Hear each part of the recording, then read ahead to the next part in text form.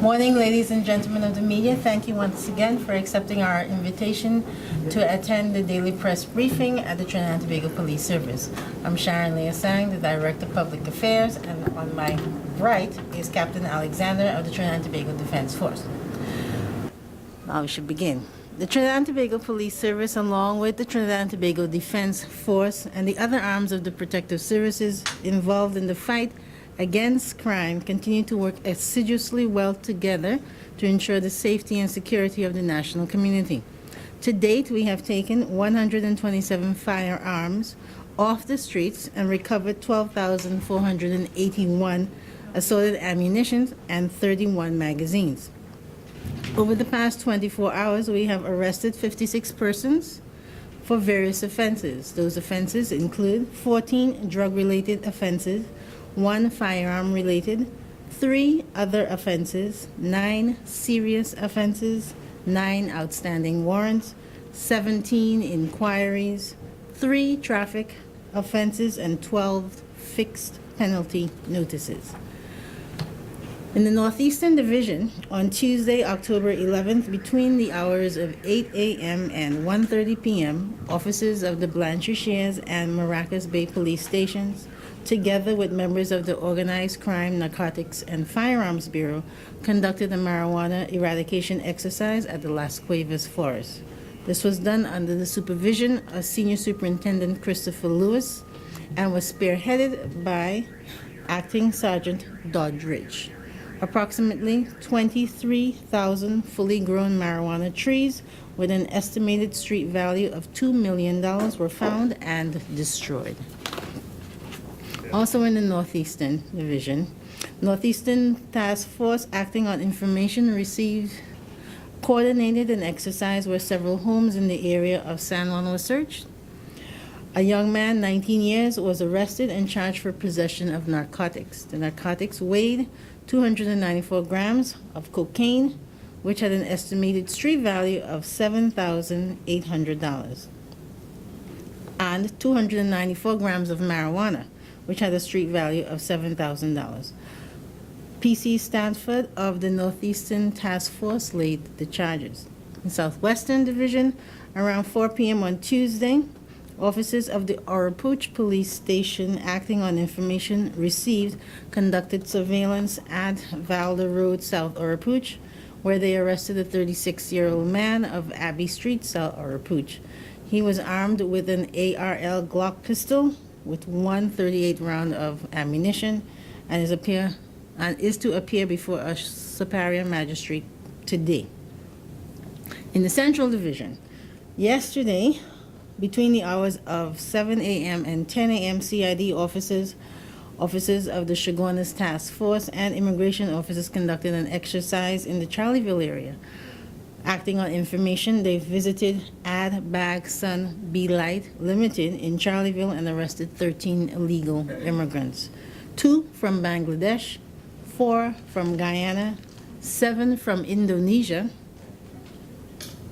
The immigrants are to appear before Chaguanas Magistrates Court today for overstaying their time and working without a permit. The employers are also expected to be charged. And that brings us to the end of our information. Let me turn you over to Captain Alexander. Good morning, everyone.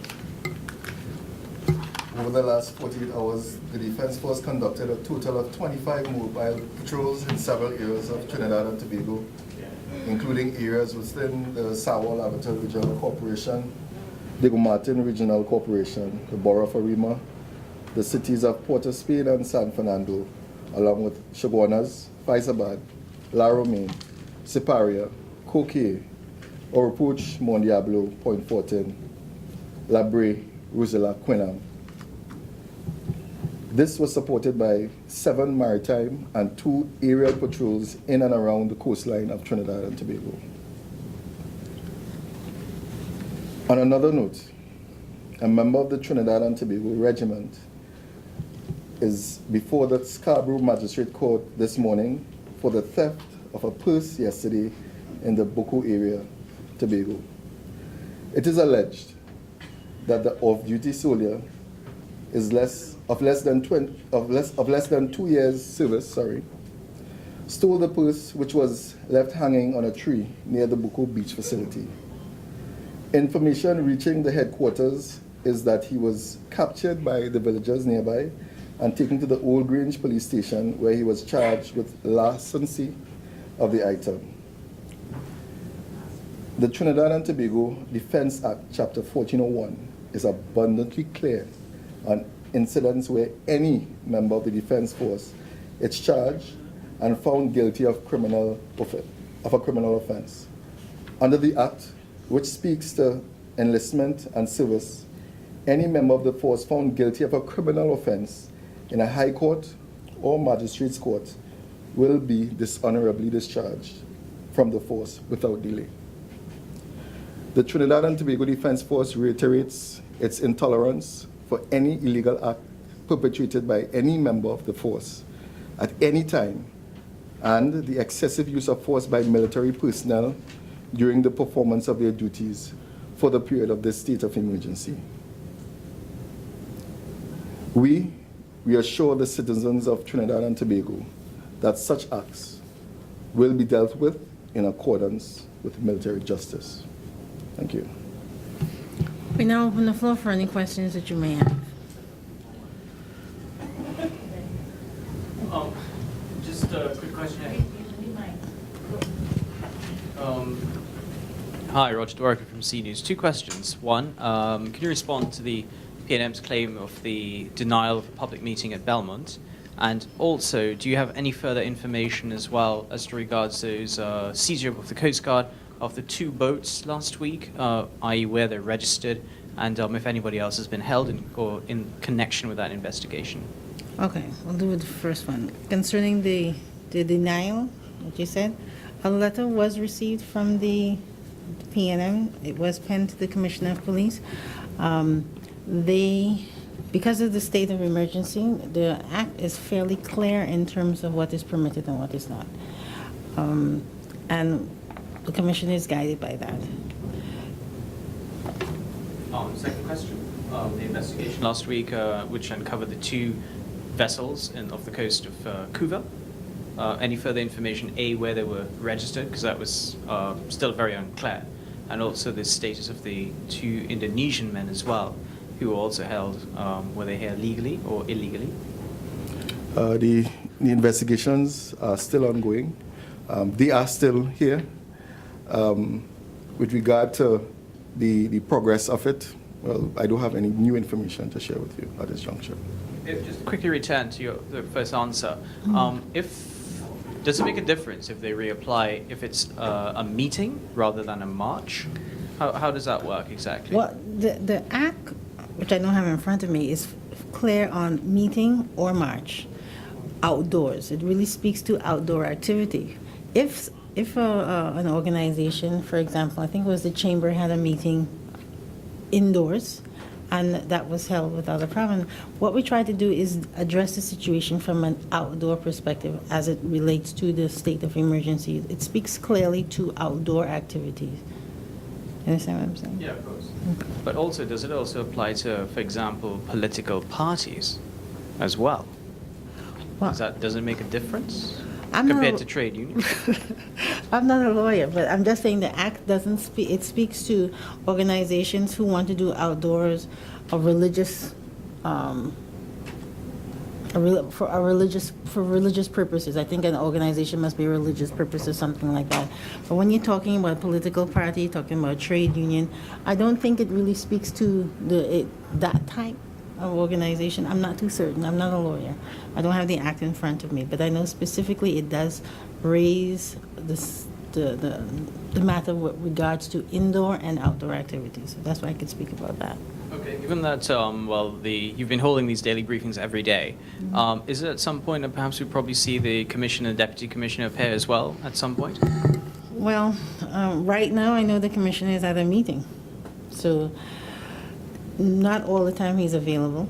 This briefing session was actually developed to provide the media with some information and updates on information that they may have. From time to time, I expect that the Commissioner may attend.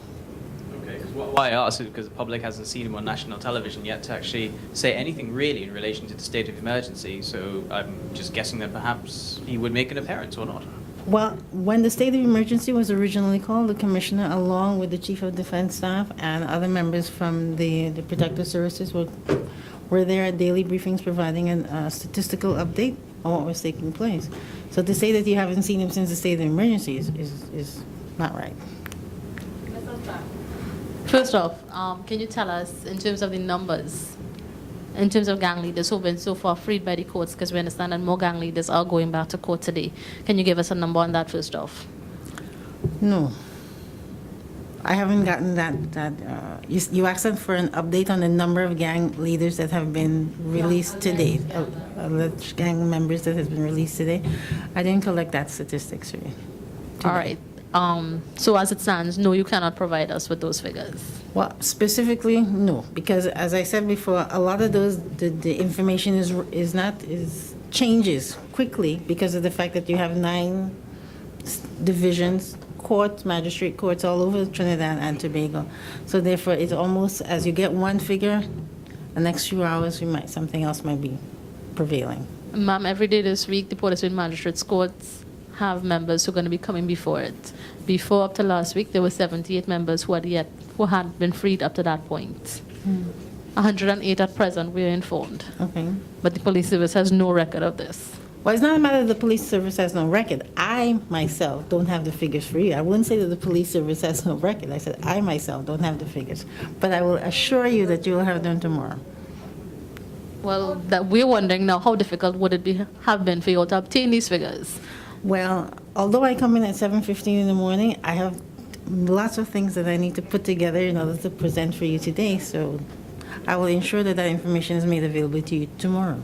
Okay, secondly, the second prisoner, the picture of the prisoner who had escaped from the south, from the Point Fortin police station, ma'am. You all released one picture, and we've been told after when we tried to source the other picture that it would have been sent to us, one, never sent to us, and two, we've been told that for reasons of national security now that picture cannot be released. Yet the names of the men have been released. And we would like to be able to tell the public or show the public these faces of these persons, yet still we've been told that it's a matter of national security. Why is that? Well, I don't know who said it was a matter of national security. I know that we've made requests for the copies of the pictures, and they have not been forthcoming. So as soon as we get a copy of that picture, it will be released to the public, because it is important that the public know who they're looking for. If we ask the public to provide information, if they should cite them, all right? That's what I'm saying. That's what I said. That's what I said. So therefore, we have made requests for a copy of the picture. So as it stands, that request is outstanding. Yes, that request is outstanding. Right. And second to that now, in the same incident, police officers were yesterday suspended Yes. in relation to that particular incident. Can you give us an update on that? Well, the Commissioner of Police adopts a zero tolerance for anything like that. And investigations are continuing into that matter. But Numbers suspended, ma'am, their ranks, their years of experience. Any further information on that? well, the investigation is still ongoing. There's an internal machinery which must be completed before that happens. Yes, So- but the rank of these officers cannot be revealed at this time. The years of experience cannot be revealed. How would that compromise an investigation, ma'am? Well, I will find that information out for you and give it to you tomorrow. Well, ma'am, if I might, pick up on my colleague, the Right Honourable Sergeant here, was able What? was able to give us information about one of his own that was arrested just Exactly. yesterday. Yes. Full rank, serial number. To tell us that police officers have been suspended, and I mean, a suspension of a police officer is a very serious thing. It would not have been done lightly, yet still you cannot tell us what these ranks of these men are. Suspended pending the completion of the investigations. How long So, will it take for y'all to get a picture of the other escapees, sorry? well, I will have to contact the ACP for South Central. This person had maxes, outstanding warrants, anything? Well, if Had that, it before? if you want to find that information, it's not available in front of me. I will have to do some research and get that. The for you. robbery yesterday in San Juan, can you give us any updates on those? Because we understand that the suspects were not yet held. We have not been able to ascertain exactly how much money was stolen from those 3 security guards. But what we understand is that thorough searches were carried out in the Barataria and El Socorro areas, yet still nothing has been found. Can you give us an update on that now? Well, actually, we spoke to the investigators today, this morning, concerning that matter, and investigations are moving quickly, very, very quickly. Monies? In terms of identifying persons, in terms of money, everything. Things are moving very, very quickly regarding that. We have no information per se that we can actually use to tell persons. All we getting every day when we come here is investigations are ongoing. Well, you see, you need to, what we need to understand is that in any matter, there is a process for an investigation to be conducted. Now, I'm not a police officer, so I can't tell you, well, it will take you 3 weeks or 4 months or 5 years or whatever the case is, but in order to ensure that all avenues are thoroughly investigated, the process must continue. All right, and my last question now is in today's Express newspaper, there is a report of a teacher from an all-girls secondary Port of Spain high school who allegedly was involved in sexual relations with students at the school. We understand that the police have since questioned the man and one of the students, right? We've been told that the man was detained. He was released pending following the statement. Can you give us an update on that matter? Well, inquiries are ongoing into that matter. Thank you. I know it's difficult for you to be prepared with all the information, but in terms of the... Well, it's not about the preparation of information. What it's about providing the information that you are looking for. A lot of the times, the investigators are not able to provide us with a lot of detail because it would affect the work that they're doing. So if we say, well, an arrest is imminent, it would alert the perpetrators to the fact that the police